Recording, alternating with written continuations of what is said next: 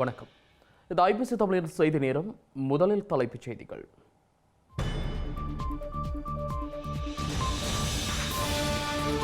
ஆட்சிக்கு வந்தால் உயிர்த்த ஞாயிறு தாக்குதலுக்கு தண்டனை நிச்சயம் என்கிறார் அனுர்குமார. கத்தோலிக்க திருச்சபை விசாரணைக்கு இழுக்கப்படும் நிலையில் கருத்து. புலம்பெயர் தமிழர்களின் கோடைக்கால பயணத்திற்கு முன்னர் இலங்கையில் புதிய நுழைவு விசைவு முறை சேவையை இலக்குப்படுத்தும் நோக்கம் என்கிறது அரசாங்கம். கல்முனை வடக்கு பிரதேச செயலகத்தின் மீதான அடக்குமுறைக்கு தீவிர எதிர்ப்பு. நிலக்கூடார தடைக்கு மத்தியிலும் மக்கள் 24வது நாளாக இன்று போராட்டம்.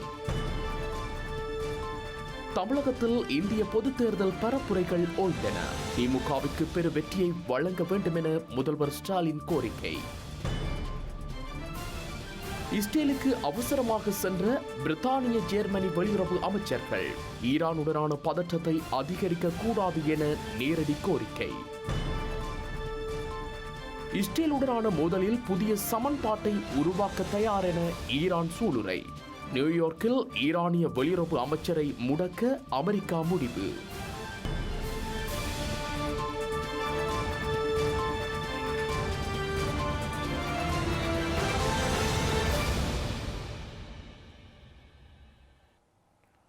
தொடர்வது விரிவான செய்தி. இலங்கையில் கடந்த 2019ஆம் ஆண்டு நடத்தப்பட்ட உயிர்த்த ஞாயிறு பயங்கரவாத தாக்குதல்களுடன் நேரடியாகவோ மறைமுகமாகவோ தொடர்பு பட்டுள்ளவர்களுக்கு எதிராக தமது அரசாங்கம் முறையான சட்ட நடவடிக்கைகளை மேற்கொள்ளும் என தேசிய மக்கள் சக்தி தெரிவித்துள்ளது. இதில் ஜனாதிபதி மற்றும் பிரதமர் என எந்தொரு பாரபட்சமும் காட்டப்பட மாட்டாது எனவும் தேசிய மக்கள் சக்தி இன்று வெளியிட்டுள்ள அறிக்கையில் கூறியுள்ளது. உயிர்த்த ஞாயிறு தாக்குதல் மேற்கொள்ளப்பட்டு 5 ஆண்டு நிறைவிற்கு இன்னும் 4 நாட்களே உள்ள நிலையில் தேசிய மக்கள் சக்தியின் இந்த அறிவிப்பு வெளியாகியுள்ளது. இலங்கையில் கடந்த 2019ஆம் ஆண்டு ஏப்ரல் மாதம் 21ஆம் தேதி உயிர்த்த ஞாயிறு தினத்தன்று கிறிஸ்தவ தேவாலயங்கள் மற்றும் நட்சத்திர விடுதிகளை இலக்கு வைத்து நடத்தப்பட்ட தற்கொலை குண்டு தாக்குதல்களில் 273 பேர் பலியானதுடன் பலர் காயமடைந்திருந்தனர். குறித்த சம்பவம் இடம்பெற்று 5 ஆண்டுகள் நிறைவடையவுள்ள நிலையில் உயிர்த்த ஞாயிறு தாக்குதலில் பாதிக்கப்பட்டவர்களுக்கு நீதி வழங்குவதற்காக எதிர்காலத்தில் அமையும் தமது அரசாங்கத்தின் கீழ் செயற்படுத்த விரும்பும் 7 அம்ச திட்டத்தை தேசிய மக்கள் சக்தி வெளியிட்டுள்ளது. உயிர்த்த ஞாயிறு குண்டுவெடிப்பு என்பது நாடுகளுக்கிடையே முரண்பாட்டை உருவாக்கி இனக்கலவரங்களை ஏற்படுத்தி பெரும் உயிர் மற்றும் உடைமை சேதங்களை ஏற்படுத்தி குறுகிய அரசியல் நோக்கத்தை அடைவதற்கு மேற்கொள்ளப்பட்ட ஒரு குழுவின் சதியாகும் என தேசிய மக்கள் சக்தி கூறியுள்ளது.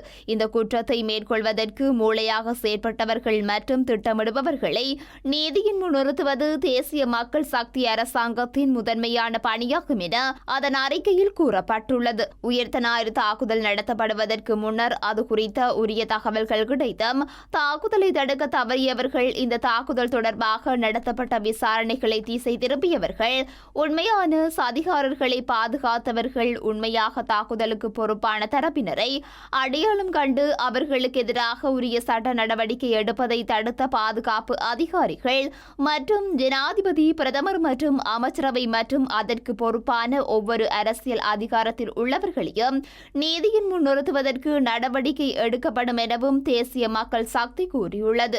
மேலும் உயிர்த்த ஞாயிறு தாக்குதலால் பாதிக்கப்பட்டவர்கள் உச்சநீதிமன்றத்தில் தாக்கல் செய்த அடிப்படை உரிமை வழக்குகளில் குற்றவாளிகள் என நிரூபிக்கப்பட்ட அரசியல் அதிகாரிகள் மற்றும் அரசு அதிகாரிகள், ஏற்கனவே ஜனாதிபதியால் நியமிக்கப்பட்டுள்ள ஆணைக்குழு அறிக்கையின் பரிந்துரைகளில் உள்ளடக்கப்பட்டுள்ள அரசியல் அதிகாரங்களில் உள்ளவர்கள் மற்றும் அரசு அதிகாரிகள் ஆகியோருக்கு எதிராக பதவி வேறுபாடின்றி குற்றப்பத்திரிகை தாக்கல் செய்ய நடவடிக்கை எடுக்கப்படும் எனவும் தேசிய மக்கள் சக்தி குறிப்பிட்டுள்ளது. எதிர்காலத்தில் தேசிய மக்கள் சக்தி அரசாங்கத்தால் அமைக்கப்படும் இந்த கொடூரமான தாக்குதல் தொடர்பாக சிறப்பு விசாரணை ஆணைக்குழுவின் பரிந்துரைகளின் அடிப்படையில் பொறுப்பான அரசியல் அதிகாரிகள் மற்றும் அரசாங்க அதிகாரிகள் மீது குற்றவியல் குற்றச்சாட்டுகள் பதிவு செய்யப்படும் எனவும் தேசிய மக்கள் சக்தி கூறியுள்ளது. ஸ்ரீலங்கா குற்றப்புலனாய்வு திணைக்களத்தில் முன்னிலையாகுமாறு கத்தோலிக்க திருச்சபையின் ஊடக பேச்சாளர் அருட்தந்தை ஸ்ரீல் காமினிக்கு அழைப்பு விடுக்கப்பட்டுள்ளது. இலங்கையில் நடத்தப்பட்ட உயிர்த்த ஞாயிறு தாக்குதல் தொடர்பான விசாரணைகளுக்கு எதிர்வரும் 19ஆம் தேதி ஸ்ரீல் காமினியை அந்த திணைக்களத்தில் முன்னிலையாகுமாறு அறிவுறுத்தப்பட்டுள்ளது. இலங்கையில் கடந்த 2019ஆம் ஆண்டு இடம்பெற்ற உயிர்த்த ஞாயிறு தாக்குதலின் பிரதான சூத்திரதாரி ஜார் என்பதை தான் அறிந்திருப்பதாக ஸ்ரீலங்காவின் முன்னாள் ஜனாதிபதி மைத்திரிபால சிறிசேன தெரிவித்தார். இதனையடுத்து குறித்த விடயம் தொடர்பில் ஸ்ரீலங்கா குற்றப்புலனாய்வு திணைக்களத்தில் விசாரணைகளுக்காக முன்னிலையாக இருந்த நிலையில் தற்போது கத்தோலிக்க திருச்சபையின் ஊடக பேச்சாளர் அருட்தந்தை சிறில் காமினியம் விசாரணைகளுக்காக அளிக்கப்பட்டுள்ளார். இந்த தாக்குதல் தொடர்பான சில உண்மைகளை தான் அறிந்திருப்பதாக கருதி திணைக்களம் குறித்த அழைப்பு விடுத்துள்ளதாக சிறில் காமினி தெரிவித்துள்ளார். மேலும் இந்த தாக்குதல் தொடர்பான விசாரணைகளுக்காக கடந்த 2021ஆம் ஆண்டு நவம்பர் மாதம் ஏற்கனவே சிறில் காமினி விசாரணைகளுக்காக அழைக்கப்பட்டிருந்தார்.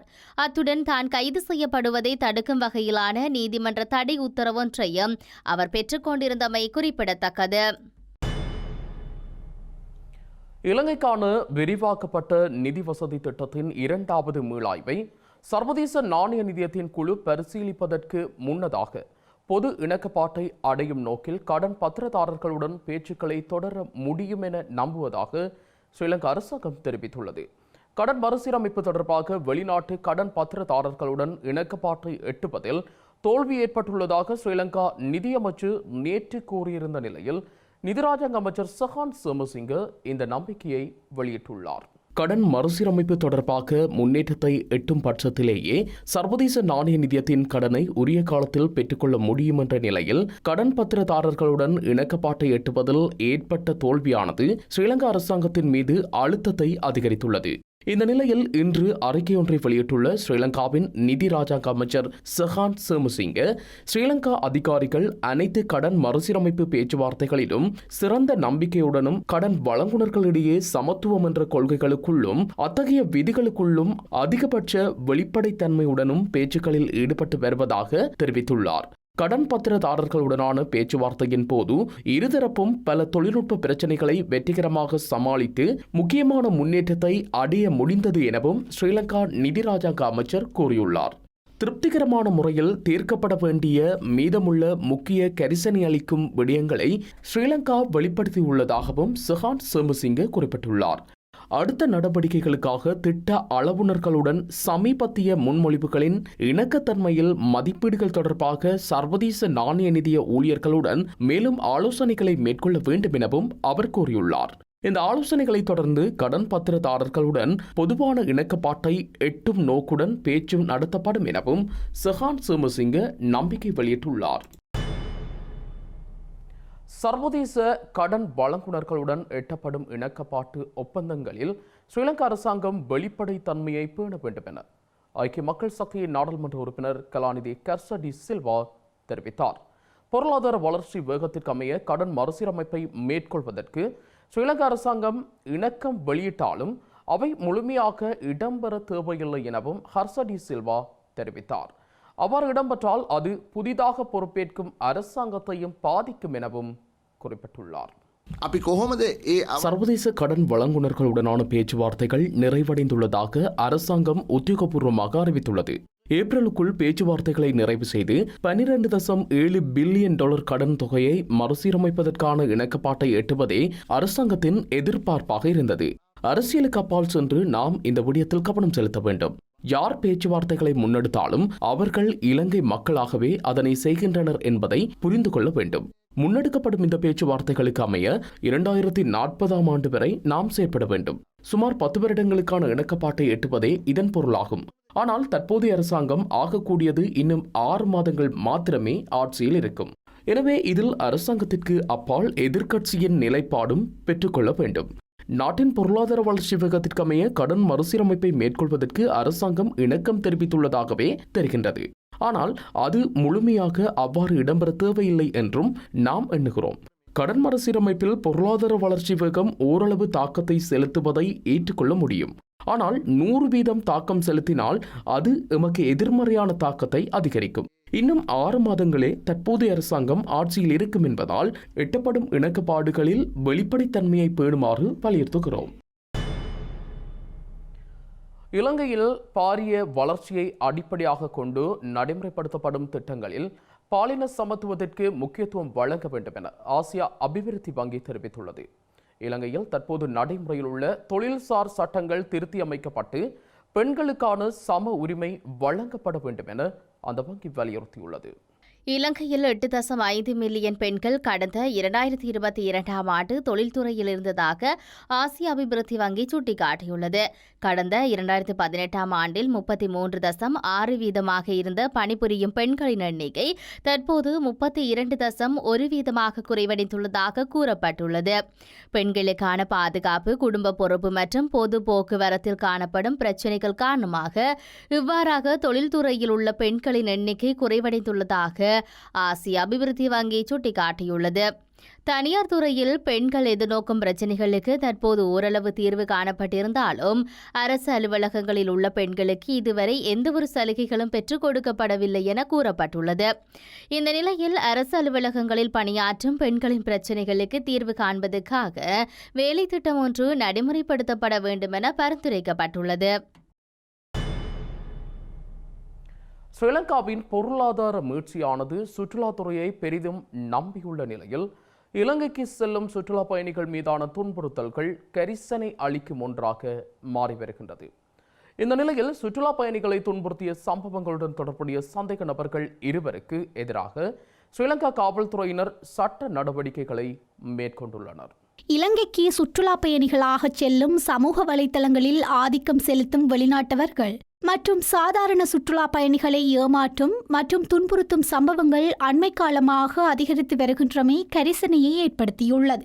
குறிப்பாக குறுந்தூர பயணங்களுக்கு வாகன சாரதிகள் அதிக பணம் அறவிடுதல், உடைமைகளை கொள்ளையடித்தல், சேவை கட்டணங்கள் மற்றும் உணவுப் பொருட்களுக்கான விலைகளை அதிகரித்தல் போன்ற முகம் சுளிக்க வைக்கும் செயற்பாடுகளை சுற்றுலா பயணிகள் எதிர்கொள்கின்றனர். அந்த வகையில் கொழும்பு அழுத்கடையில் வெளிநாட்டு சுற்றுலா பயணியொருவரை அச்சுறுத்தி துன்புறுத்திய குற்றச்சாட்டில் கைது செய்யப்பட்ட வீதியோர உணவு வியாபாரி இன்று பிணையில் விடுவிக்கப்பட்டுள்ளார். கொழும்பு 12ஐ சேர்ந்த இந்த சந்தேக நபர் சுற்றுலா பயணிகளை அச்சுறுத்தியமை மற்றும் அதிக விலைக்கு உணவுப் பொருட்களை விற்பனை செய்ய முயற்சித்தமை தொடர்பான குற்றச்சாட்டுகளில் கைது செய்யப்பட்டிருந்தார். கொத்துரொட்டி ஒன்றை பெற்றுக்கொள்ளும் நோக்கில் உணவு வியாபாரியை யூடியூபரான வெளிநாட்டு சுற்றுலா பயணி அணுகியதுடன் அதன் விலை 1900 ரூபாய் என உணவு வியாபாரி கூறியதால் அதிர்ச்சி அடைந்துள்ளார். அத்துடன் கொத்துரொட்டியை கொள்வனவு செய்வதை அந்த சுற்றுலா பயணி தவிர்த்திருந்ததுடன் இதனால் ஆத்திரமுற்ற வீதியோர வியாபாரி அந்த சுற்றுலா பயணியை அங்கிருந்து செல்லுமாறு அச்சுறுத்திய சம்பவத்தை அவர் தனது கையடக்க தொலைபேசியில் பதிவு செய்திருந்தார். யூடியூபரான அந்த சுற்றுலா பயணி தான் எதிர்கொண்ட இந்த சம்பவத்தை சமூக வலைதளங்களில் பகிர்ந்திருந்த நிலையில் அது பேசுபொருளானது. இதனை அடுத்து காவல்துறையினரால் கைது செய்யப்பட்ட அந்த உணவு வியாபாரி கொழும்பு நீதவான் நீதிமன்றில் இன்று முன்னிலைப்படுத்தப்பட்டிருந்தார். இதன்போது சந்தேக நபரான உணவு வியாபாரியை 50,000 ரூபாய் ரொக்கப்பிணையிலும் 1 மில்லியன் ரூபாய் சரீரப்பிணையிலும் செல்வதற்கு நீதவான் அனுமதி வழங்கியுள்ளார். இதனிடையே அண்மையில் இலங்கையின் கல்துறையில் இந்த மனிதனை தவிர்க்கவும் எனும் தலைப்பில் பெல்ஜிய நாட்டு சுற்றுலா பயணி தனது சமூக வலைதள பக்கத்தில் காணொலியொன்றை வெளியிட்டிருந்தார். உளுந்துவடை மற்றும் சாதாரண தேநீருக்கென 1000 ரூபாவை உணவகத்தில் இருந்தவர் கோரிய சம்பவம் குறித்து பெல்ஜியம் நாட்டு சுற்றுலா பயணி தனது அதிருப்தியை சமூக வலைதளத்தில் பகிர்ந்திருந்தார் என்பதும் குறிப்பிடத்தக்கது.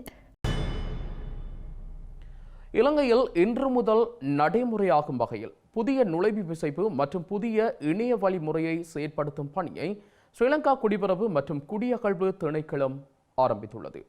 இதன்படி புதிய நுழைவு விசைப்பு நடைமுறைகள், அதற்கான கட்டணங்கள், பூர்த்தி செய்ய வேண்டிய தேவைப்பாடுகள் மற்றும் இலங்கையில் தங்கியிருக்க முடியுமான காலப்பிரிவு என்பன தொடர்பான விசேட வர்த்தமானி அறிவித்தல் மூலம் வெளியிடப்பட்டுள்ளன. இலங்கையில் தற்போது நடைமுறையில் உள்ள இலத்திரனியல் பயண அங்கீகார முறைக்கு பதிலாக இணைய வழிமுறையான இ-விசா முறைமை அறிமுகம் செய்யப்படவுள்ளதாக ஸ்ரீலங்கா குடிவரவு மற்றும் குடியகழ்வு திணைக்களம் தெரிவித்துள்ளது. இந்த திட்டத்தை நடைமுறைப்படுத்துவதற்கு ஜிபிஎஸ் டெக்னாலஜி சர்வீஸ் மற்றும் ஐவிஎஸ் குளோபல் நிறுவனத்துடன் இணைந்து செயற்படுத்துவதற்கான ஒழுங்குகள் தற்போது மேற்கொள்ளப்பட்டுள்ளதாக தெரிவிக்கப்பட்டுள்ளது. வெளிநாட்டு சுற்றுலா பயணிகள் மற்றும் முதலீட்டாளர்களை ஈர்க்கும் வகையில் இந்த புதிய நுழைவிசைவு முறைமை அறிமுகப்படுத்தப்பட்டுள்ளதாக கூறப்பட்டுள்ளது. அத்துடன் புதிய இணைய வழிமுறைமை அறிமுகப்படுத்துவதன் மூலம் விரைவான மற்றும் திறமையான நுழைவிசைவு விண்ணப்ப செயல்முறையை வழங்க உத்தேசித்துள்ளதாக ஸ்ரீலங்கா குடிவரவு மற்றும் குடியகழ்வு திணைக்களம் சுட்டிக்காட்டியுள்ளமை குறிப்பிடத்தக்கது. 13வது திருத்தச் சட்டம் மற்றும் மாகாண சபை முறையை எதிர்த்த தமிழ் அரசியல் கட்சிகள் தற்போது தேர்தலை முன்னிறுத்தி அதனை ஆதரிக்கும் வகையில் செயற்படுவதாக ஸ்ரீலங்கா கடற்றொழில் அமைச்சர் டக்ளஸ் தேவானந்தா குறிப்பிட்டார். அத்துடன் தன்னை ஆதரித்த இளைஞர் யுவதிகள் வேலைவாய்ப்புகளை பெற்றுக்கொண்டு வேறு அரசியல் தரப்பினருடன் இணைந்துள்ளமை குறித்தும் டக்ளஸ் தேவானந்தா விமர்சித்துள்ளார். வேலை வாய்ப்புகள் கொடுக்கின்ற பொழுது அவர்களுக்கு என்னுடைய முதலாவது ஆலோசனை அல்லது வலுவான கோரிக்கை அல்லது கருத்து என்பது இதில் வேலையை பெற்றுக்கொள்வதற்காக எந்த விதமான பணமாற்றமும் இருக்கக்கூடாது என்பதை நான் ஆரம்பத்திலிருந்தே வலுவாக சொல்லி வருவதுண்டு. அதைத்தான் நான் உங்களுக்கும் ஆரம்பத்தில் சொல்லியிருப்பேன்.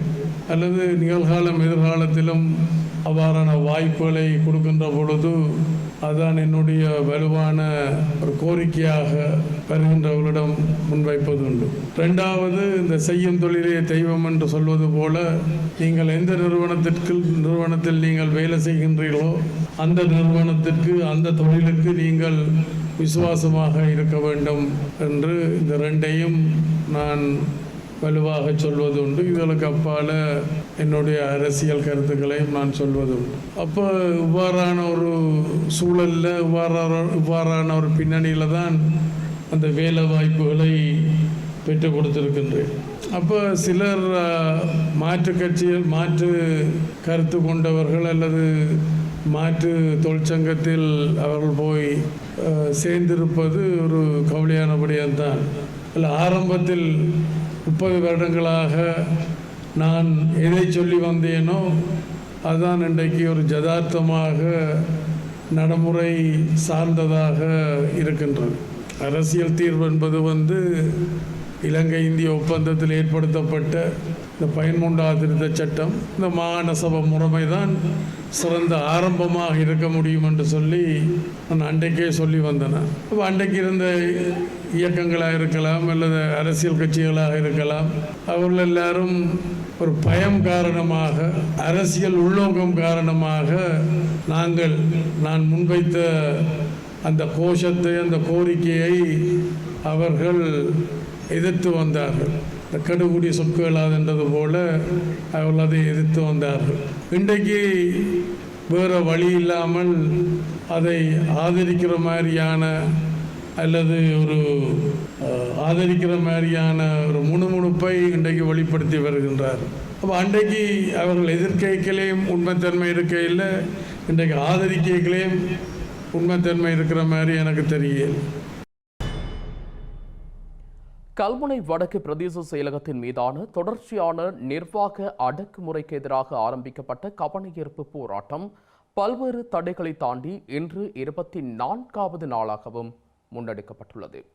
நிழற்கூடாரம் அமைக்க தடை விதிக்கப்பட்ட நிலையிலும் பனை மட்டைகளை தாங்கியவாறு பொதுமக்கள் போராட்டத்தை மேற்கொண்டு வருகின்றமை கரிசனையை ஏற்படுத்தியுள்ளது.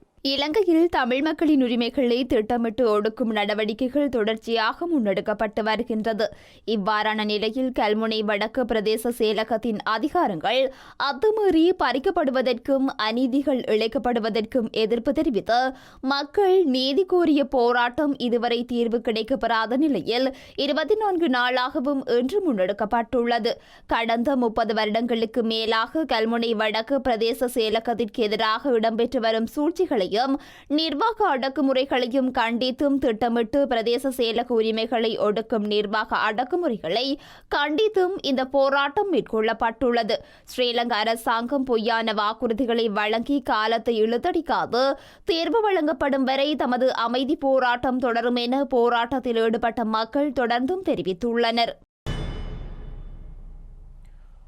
இலங்கையின் பிரபல சிங்கள மொழி பாடகரான ரோகண பேத்தகே பாடிய சித்திரை புத்தாண்டு பாடலை திரிப்புப்படுத்தி சமூக ஊடகங்களில் பதிவேற்றிய நபர் கைது செய்யப்பட்டுள்ளார். கைது செய்யப்பட்ட நபர் புளியாப்பட்டிய நீதவான் நீதிமன்றத்தில் முன்னிலைப்படுத்தப்பட்டதாக தெரிவிக்கப்பட்டுள்ளது.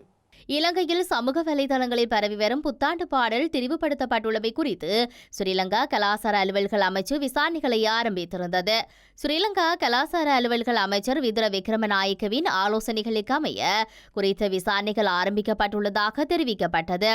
இதற்கமைய கணனி குற்ற விசாரணை பிரிவினரால் முன்னெடுக்கப்பட்ட விசாரணைகளுக்கு அமைய புத்தாண்டு பாடலை திரிவுபடுத்திய நபர் கைது செய்யப்பட்டுள்ளார். கைதானவர் லத்து ஓயா பகுதியைச் சேர்ந்த 31 வயதுடைய மதுவர மின்சார திணைக்கள உத்தியோகத்தர் என தெரிய வந்துள்ளது.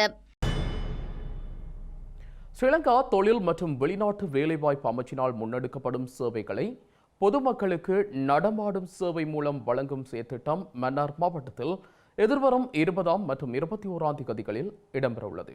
இதன்போது மனித ஆட்கடத்தல், சட்ட ரீதியற்ற புலம்பெயர்வு தொடர்பில் விரிவாக விளக்கம் அளிக்கப்பட உள்ளதாகவும் பொதுமக்கள் நடமாடும் சேவையை முழுமையாக பயன்படுத்திக் கொள்ளுமாறும் மாவட்ட அரசாங்க அதிபர் கனகேஸ்வரன் வேண்டுகோள் விடுத்துள்ளார். வெளிநாட்டு வேலைவாய்ப்பு அமைச்சினால் வழங்கப்படும் அனைத்து சேவைகளையும் பொதுமக்களுக்கு அவர்களது கிராமங்களுக்கு வழங்குவதற்கான நடாத்தப்படுகின்ற நடமாடும் சேவை மன்னார் மாவட்டத்திலே நடைபெற இருக்கின்றது. நடமாடும் சேவை வருகின்ற 20, 21 தேதிகளிலே மன்னார் மாவட்ட நகரசபை மண்டபத்திலே நடைபெற இருக்கின்றது. நடமாடும் சேவையிலே பல்வேறுபட்ட செயற்பாடுகளின் மூலம் பொதுமக்களுக்கு நன்மை பயக்கக்கூடிய செயற்திட்டங்கள் முன்னெடுக்கப்பட இருக்கின்றது. அந்த அடிப்படையில் குறிப்பாக 2 நாட்களும் இலங்கை மத்திய வங்கி மற்றும் தொழில் திணைக்களம் என்பன இணைந்து தொழிலாளர்களின் பிரச்சனைகளுக்கு தீர்வுகளை முன்வைப்பதற்கான நடவடிக்கைகள் மேற்கொள்ளப்பட இருக்கின்றது. தொழிலாளர்களின் வாழ்க்கை தரம் மற்றும் அவர்களின் தொழில் பாதுகாப்பு கண்ணியத்தை உறுதிப்படுத்தும் வகையிலே மன்னார் மாவட்டத்தில் 1500 முறைசாரா தொழிலாளர்களை அழைத்து அவர்களுக்கு அது சம்பந்தமான பயிற்சி விழிப்புணர்வுகளை வழங்குவதுடன் எதிர்காலத்திலே அவர்கள் எதிர்நோக்கின்ற பிரச்சனைகளை குறித்து கேட்டறிந்து அவர்களுக்கு எதிர்காலத்திலே அப்பிரச்சனைகளை தீர்வுகளை பெற்றுக் கொடுப்பதற்கான நடவடிக்கைகளும் இந்த திட்டத்துக்குள்ளே முன்னெடுக்கப்பட்டு வரும். அதே வேளை மன்னார் மாவட்டத்துக்கும் மற்றும் இலங்கைக்கும் பொதுவாக இருக்கிற இன்னொரு பிரச்சனையாக இருக்கின்ற மனித ஆட்கடத்தல், அதே போன்று சட்ட ரீதியற்ற புலம்பெயர்வு, இந்த இவற்றை தடுக்கும் நோக்கத்துடன் இந்த துறையுடன் தொடர்பட்ட 200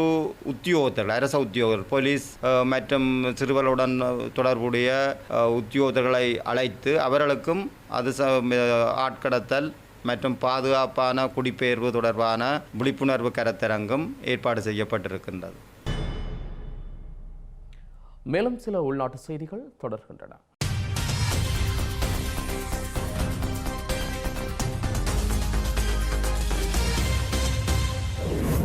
யாழ்ப்பாணத்தில் காணாமலாக்கப்பட்டவர்களுக்கான அலுவலகம் இடமாற்றப்பட்டுள்ளது. கடந்த காலங்களில் ஆடிய பாதம் வீதி கல்வியங்காடு எனும் முகவரியில் இயங்கி வந்த குறித்த அலுவலகம் தற்போது யாழ் மாவட்ட செயலகத்தின் புதிய கட்டிட தொகுதியில் 3ஆம் மாடிக்கு இடமாற்றப்பட்டுள்ளது. யாழ் சிறைச்சாலையிலிருந்து சாவகச்சேரி நீதிமன்றத்துக்கு வழக்கொன்றுக்காக அழைத்துச் செல்லப்பட்ட போது தப்பியோடிய கைதிகள் 2 சுமார் 30 நிமிடத்தின் பின்னர் சாவகச்சேரி காவல்துறையினரால் மீண்டும் கைது செய்யப்பட்டுள்ளனர். திருட்டு குற்றச்சாட்டில் சிறை தண்டனை அனுபவித்து வரும் கைதி ஒருவரும் விளக்கமறியலில் தடுத்து வைக்கப்பட்டுள்ள கைதி ஒருவருமே இவ்வாறு தப்பியோடியுள்ளனர். இந்த நிலையில் இருவருக்கும் தலா 6 மாத கால சிறை தண்டனை விதித்த சாவகச்சேரி நீதவான் 1500 ரூபாய் தண்டப்பணமும் விதித்து தீர்ப்பளித்துள்ளார். முல்லைத்தீவு பொதுக்குடியிருப்பு காவல்துறை பிரிவுக்குட்பட்ட பொதுக்குடியிருப்பு 9ஆம் வட்டாரம் மல்லிகைத்தீவு பகுதியில் ஆட்டு மந்தையில் காவல் கடமையில் இருந்த காவலர்களை தாக்கி அங்கிருந்த ஆடுகள் களவாடப்பட்டுள்ளன. குறித்த சம்பவம் தொடர்பில் புதுக்குடியிருப்பு காவல்துறையினரால் மேற்கொள்ளப்பட்ட விசாரணைகளில் வெற்றாப்பள்ளை பகுதியைச் சேர்ந்த 32 வயதுடைய நபர் கைது செய்யப்பட்டுள்ளார். குறித்த நபரிடமிருந்து 15 ஆடுகள் மீட்கப்பட்டு ஆடுகளை கடத்திச் செல்ல பயன்படுத்திய வாகனமும் கைப்பற்றப்பட்டுள்ளது. மன்னார் மாவட்டத்தின் முசலி பிரதேச செயலாளர் பிரிவில் உள்ள பொற்கேணி கிராமத்தில் தனியார் நிறுவனம் ஒன்றின் உதவியுடன் 3 குழாய் நீர் கிணறுகள் திறந்து வைக்கப்பட்டு மக்களின் பாவனைக்காக கையளிக்கப்பட்டுள்ளது. சுமார் 20 வருடங்களுக்கு பின்னர் குறித்த கிராமத்தில் குடிநீர் பிரச்சினை தீர்ந்துள்ளதாக அந்த பிரதேச மக்கள் தெரிவித்துள்ளனர். மன்னார் மாவட்ட அரசாங்க அதிபர் கே கனகேஸ்வரன், மத தலைவர்கள் மற்றும் பொது அமைப்புகளின் பிரதிநிதிகள் இணைந்து குறித்த குடிநீர் குழாய் கிணறுகளை மக்கள் பாவனைக்காக கையளித்துள்ளனர்.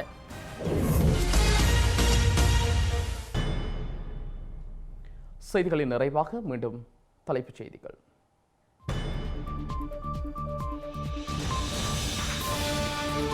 ஆட்சிக்கு வந்தால் உயிர்த்த ஞாயிறு தாக்குதலுக்கு தண்டனை நிச்சயம் என்கிறார் அனுர்குமார். கத்தோலிக்க திருச்சபை விசாரணைக்கு இழுக்கப்படும் நிலையில் கருத்து. புலம்பெயர் தமிழர்களின் கோடைக்கால பயணத்திற்கு முன்னர் இலங்கையில் புதிய நுழைவு விசைவு முறை சேவையை இலக்குப்படுத்தும் நோக்கம் என்கிறது அரசாங்கம். கல்முனை வடக்கு பிரதேச செயலகத்தின் மீதான அடக்குமுறைக்கு தீவிர எதிர்ப்பு. நிலக்கூடார தடைக்கு மத்தியிலும் மக்கள் 24வது நாளாக இன்று போராட்டம். தமிழகத்தில் இந்திய பொதுத் தேர்தல் பரப்புரைகள் ஓய்ந்தன. திமுகவுக்கு பெரு வெற்றியை வழங்க வேண்டும் என முதல்வர் ஸ்டாலின் கோரிக்கை. இஸ்ரேலுக்கு அவசரமாக சென்ற பிரித்தானிய ஜெர்மனி வெளியுறவு அமைச்சர்கள் ஈரானுடனான பதற்றத்தை அதிகரிக்க கூடாது என நேரடி கோரிக்கை. இஸ்ரேலுடனான மோதலில் புதிய சமன்பாட்டை உருவாக்க தயார் என ஈரான் சூளுரை. நியூயார்க்கில் ஈரானிய வெளியுறவு அமைச்சரை முடக்க அமெரிக்கா முடிவு.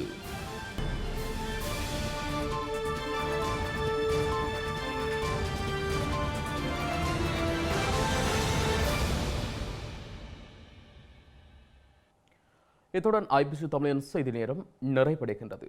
உடனுக்குடன் செய்திகளை அறிந்து கொள்ள IBCTamil.com என்ற நமது இணையதளத்தை பார்வையிடுங்கள். வணக்கம்.